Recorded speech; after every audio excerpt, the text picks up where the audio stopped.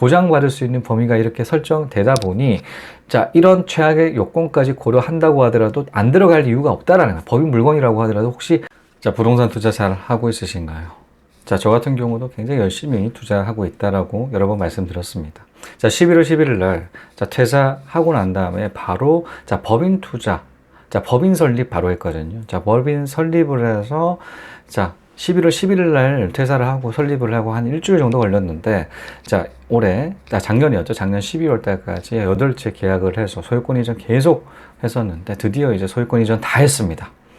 숨가쁘게 자, 8채를 2달 만에 8채 계약을 하고 소유권 이전까지 마쳤다라는 거는 자, 일전에 1년에 10채 투자를 했다라고 말씀드렸던 그때에 비해서 2달 만에 지금 8채 자, 업그레이드 버전 굉장히 많은 좀 포션들이 굉장히 또 확대가 됐다라고 생각하거든요. 자, 소유권 이전 다 마쳐가지고 자, 한숨 돌리고 있죠. 굉장히 막 뛰어다녔습니다. 자, 대출 알아보기 위해서 뛰어다니고, 리모델링 하기 위해서 뛰어다니고, 자, 월세 놓기 위해서 굉장히 뛰어다니고, 지금도 역시도 마찬가지로 그 물건들, 아직까지 새 안 나간 것들이 굉장히 있거든요. 자, 새 나가기 위해서 굉장히 끊임없이 지금 역시도 마찬가지로 뛰어다니고 있습니다. 무조건. 또 여러분께도 말씀드렸듯이 풀옵션 만들어서 자, 월세 증액하기 위해서도 노력하고 있고요.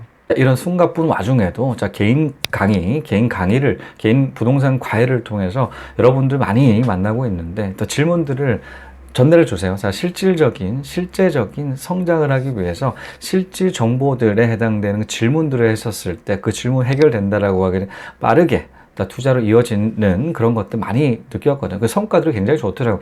개인적인 질문들을 바로바로 받아서 이렇게 해결해 드리기 때문에 이는 개인 강의를 통해서 전달 드리고 있다라는 그 부분인데 개인 강의를 통해서 이런 질문 해 주셨습니다. 법인 설립을 저 역시도 마찬가지로 고려를 하는데 자, 법인 전세 같은 경우는 잘 안 나간다라고 하는데 괜찮던가요? 라고 여쭤보셨어요. 자, 그 부분에 대해서 말씀드릴게요. 저 같은 경우는 역발상 투자자입니다. 역발상 투자자 같은 경우는 집값 올라가고 있는데 투자를 할까요? 떨어져 있는데 투자를 할까요?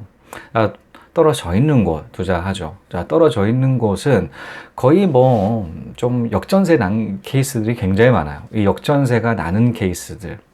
자, 역전세는 보통 제가 얼핏 드는 생각은 어떤 생각이 드냐면 자, 집값 올라가지 않겠습니까? 자, 전세가 같은 경우는 같이 올라가지를 않는단 말이에요. 자, 전세가는 좀 뒤늦게 같이 올라갑니다. 자, 그런데 전세가가 매매가가 계속 올라가고 있는 상태에서 어느 정도 일정 수준 오른단 말이죠. 자, 오르는 상태에서 높아져 있는 집값들이 지지를 못하는 그런 액션들이 몇 가지가 있겠죠. 여러 가지가 있는데 자, 그 액션 발생을 하게 되면 집값들이 하락이 됩니다.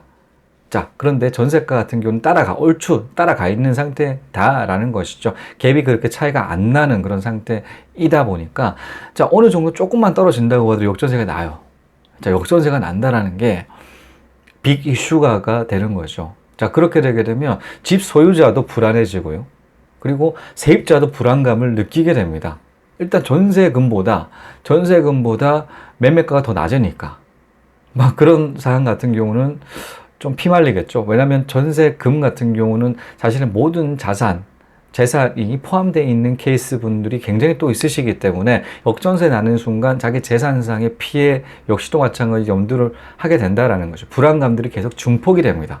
자, 그 증폭이 되게 되면 더 떨어져요.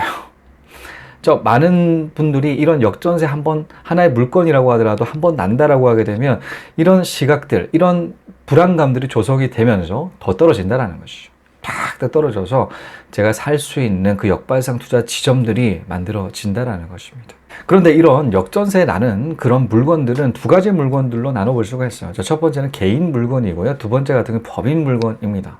자, 개인 물건 같은 경우는 역전세 난다라고 했을 때 세입자 같은 경우는 불안감을 느끼고 자, 계약 만료일 때쯤 나가실 것을 계획을 한다라는 것이죠. 나가실 것을 계획을 하기 때문에 전세금 돌려줘야 돼요.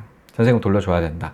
그런데 개인 분들 같은 경우는 그렇게 많은 투자 물건들을 보유를 하고 있질 않아요. 얼추 자신들이 커버를 할 수 있는 레인지다라는 것이죠. 몇 채가 안 되다 보니까 대출을 이용해서라든가 아니면 다른 것들을 또 이용을 해서 얼추 이렇게 마련해서 보내드릴 수가 있다라는 거예요.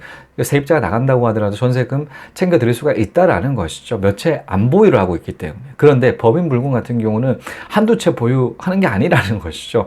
엄청난 수많은 채수 늘려가 있다라고 하다 보니까 한꺼번에 이런 전세, 자, 보통 전세 같은 경우는 한 4, 6년 막 계속 사시는 분들도 많으시는데, 자, 이런 역전세 난다라고 하게 되면 그 더 살 것을 계획을 안 하시죠.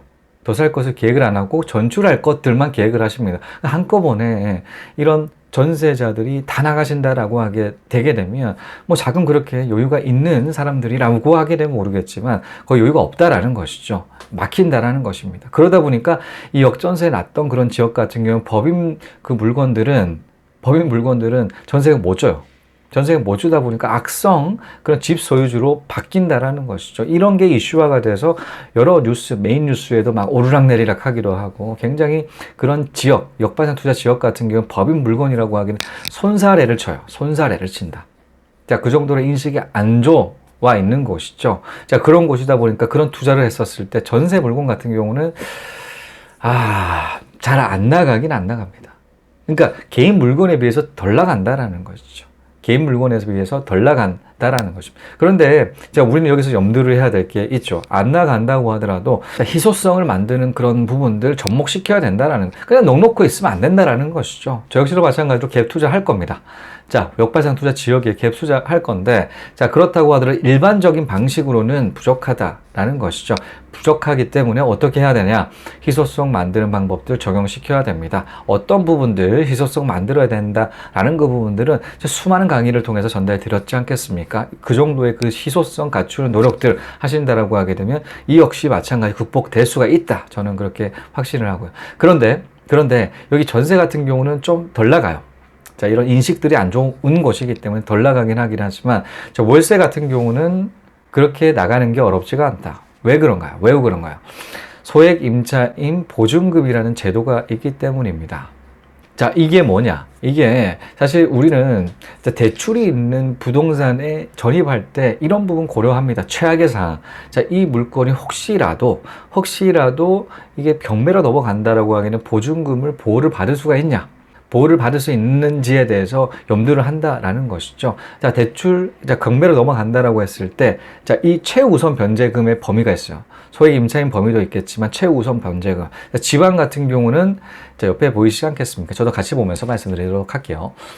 자, 지방 같은 1,700만 원입니다. 자, 5천만 원 이하였을 때, 보증금 범위가 5천만 원 이하였을 때 1,700만 원만큼 보호가 된다라는 것이죠. 그러니까 1,700만 원만 세팅을 해 놓는다. 보증금을 설정을 해 놓는다라고 하게 되면 5천만 원 이하잖아요. 5천만 원 이하인 것만큼 1,700만 원만큼 보장이 된다라는 거죠. 서울 같은 경우는 1억 1천 이하고 3,700. 3,700을 건다라고 하게 되면 최악의 상황에서도 보호를 받을 수가 있다라는 것이죠. 그렇기 때문에 보장받을 수 있는 범위가 이렇게 설정되다 보니, 자, 이런 최악의 요건까지 고려한다고 하더라도 안 들어갈 이유가 없다라는 거예요. 법인 물건이라고 하더라도 혹시 경매로 넘어간다라고 했을 때 보호를 받을 수가 있다라는 점 알고 있기 때문에, 알게 설득하시겠죠. 예, 공인중개사들이 설득하시기 때문에, 자, 어렵지 않게 나간다라는 것이죠. 자, 그렇기 때문에 이런 역발상 투자 지역을 투자를 할 때는 염두를 해야 될 게 있습니다. 일단 최고의 방법 같은 경우는,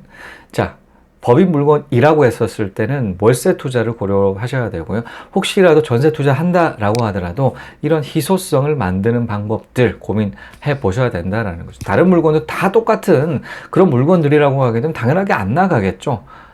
이 희소성, 이 물건밖에 없는 그런 희소성 만든다라고 하게 되면 나갈 수 있다라는 것입니다.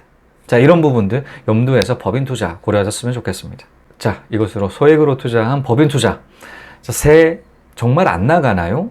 는 여기까지였습니다. 시청해주신 여러분 감사합니다. 다음 시간에 또 뵙겠습니다.